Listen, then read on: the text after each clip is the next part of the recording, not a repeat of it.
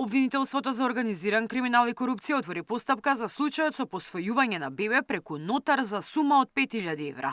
Родилка од Куманово, мајка на 7 деца, преку посредници била запознаена со брачен пар, кои сакале незаконски да го посвојат незиното новороденче. Во случајот посреднички биле две жени, од кои едната евидентирана како згрижувач на деца. Се до запознавање на родилката со брачниот пар и помагале во неколку наврати со околу 250 евра и ја следеле незината бременост. Мајката се согласила за 4000 евра да го даде своето новороденче на брачниот пар, но брзо откако потпишала изјава се предомислила. По породувањето, брачниот пар ја однел на нотар каде потпишала изјава со која го признава првоосомничениот за татко на новороденчето и му го дава старателството доброволно, оставајќи го на чување, воспитување и издржување. Веднаш потоа осомничениот брачен пар и исплатил 4000 евра, а подоцна кога го побарала детето да ја го вратат, првоосомничениот ја одбил нудејќи уште 1000 евра и укажувајќи дека со потпишаната изјава таа веќе се откажала од него.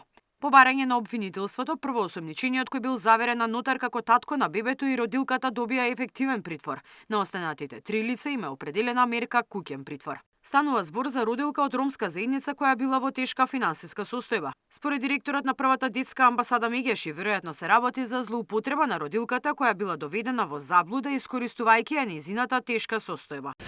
Тука отсуствува и остварување на строг надзор на родителско право, надзор од страна Центарот за социјална работа и секако она што е најчудоведувачки е како нотарот такво нешто дозволил. Има тука работа и за Националната комисија за борба против трговија со деца, со луѓе, и за комората на нотари, за правосудниот и судскиот систем. Како може да се дозволи да се отуги тоа дете од родителите и потоа мајката да побара повторно си го врати назад? Значи немаме информации дали стана збор за трговија со органи на тоа дете, дали стана збор за посвојување на тоа дете и како може да се случи навистина, уште еднаш ќе потенцирам нотарот тоа да го дозволи.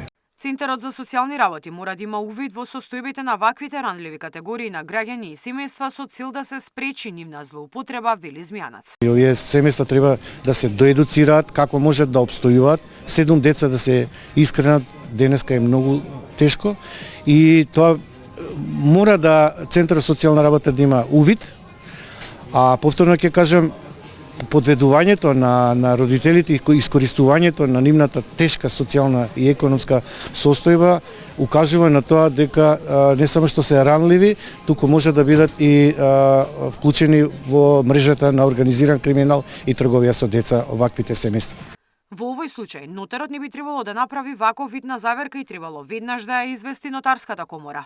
Иако нотарите не се обврзани да се занимаваат со содржината на изјавата која ја заверуваат, сепак нотар не може да стави печат на старателство, кое според закон се утврдува по судска постапка. Мирена Давидовска, Сител телевизија.